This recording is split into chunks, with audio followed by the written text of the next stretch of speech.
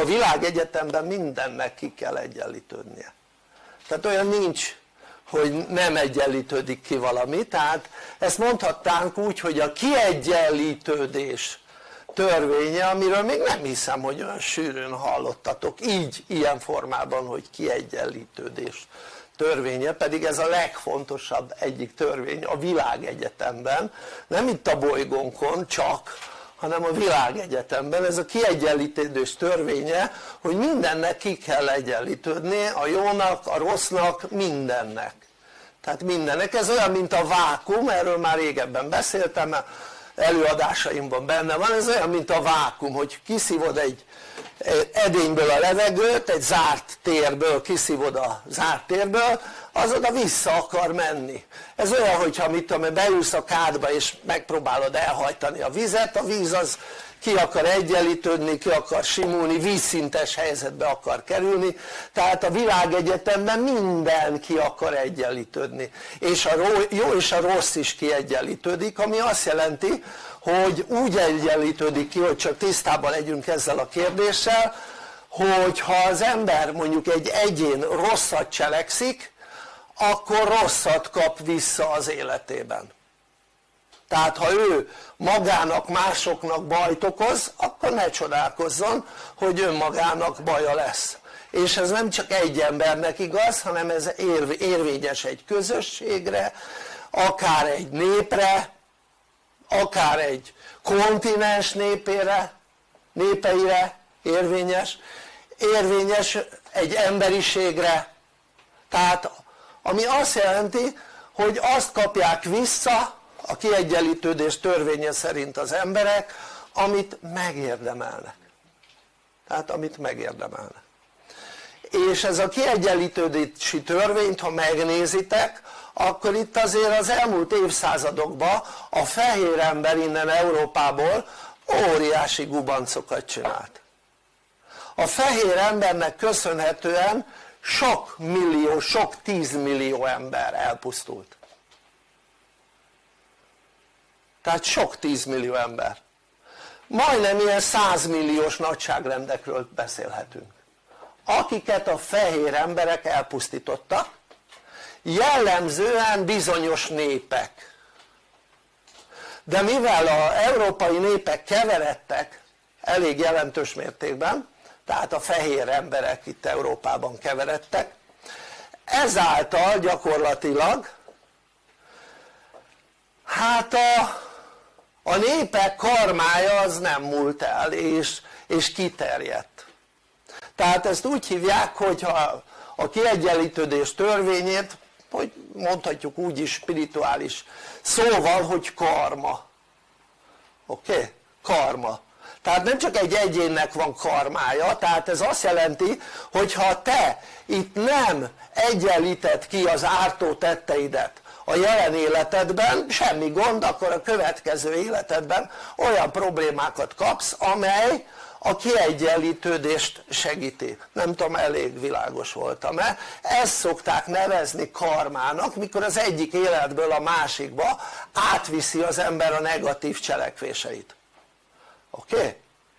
Azért, hogy kompenzálja, kiegyenlítse, tehát a jó helyett, vagyis a rossz helyett jót cselekedjen. Tehát az egyik életében rosszakat cselekedett, akkor a következő életében megvan a lehetőség, hogy kiegyenlítse a dolgokat és jót cselekedjen, ha nem teszi, megint viszi tovább a következő életbe, 7. iziglen lehet tovább vinni, tehát 7 életen keresztül lehet ezeket tovább vinni, csak úgy mondom előre. Jó, szóval a lényeg az, hogy gondoljátok végig, hogy maga a karma is generációs probléma, ami azt jelenti, hogy 25 év egy generáció, és 7x25, az számolt ki mennyi. Így van, tehát 175 évig él a karma egy népnek. Oké? Tehát ami azt jelenti, hogy ha abban a 175 évben ugye nem egyenlítődik ki az a dolog, akkor ugye új lappal indul maga az egyén, illetve a nép, a karma az visszatérhet még akkor is, ha az lejárt az az időszak, hogyha olyan tevékenységeket végeznek az emberek, ami ismétlése annak a dolognak. Nem tudom, elég világos-e?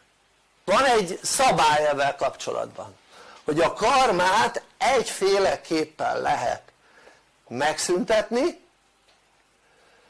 hát nem vezekléssel, jó? Hanem kompenzálással, kompenzációval. Az azt jelenti, hogy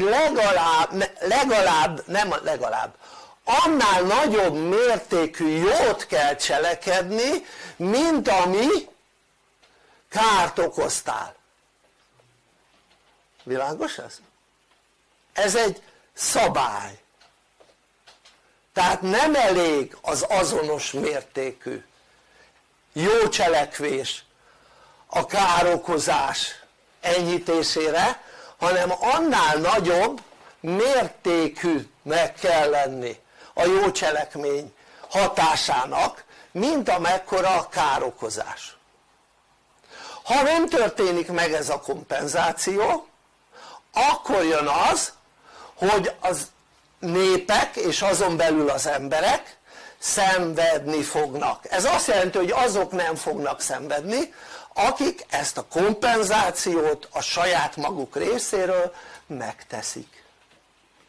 Világos voltam?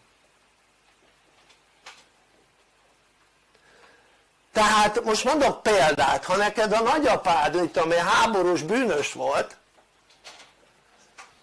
és halomra gyilkolta az embereket, csak úgy mondtam egy példát, vagy a ők nagyapád, akkor neked azt kompenzálni kellene. És ha megnézed, onnan kiindulva,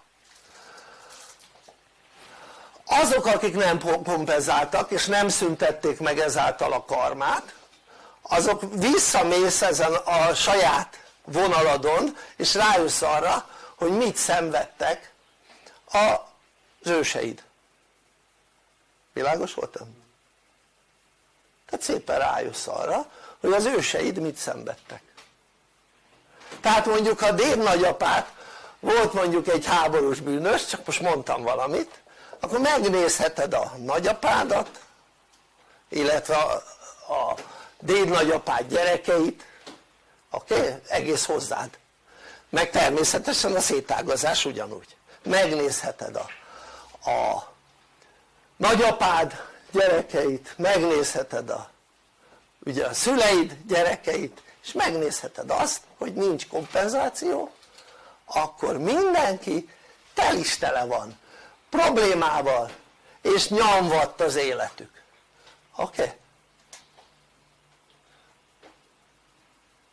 Ez a kiegyenlítődés törvényének a szabálya, érted?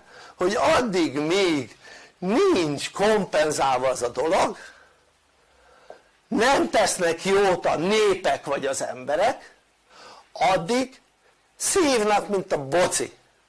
Érted?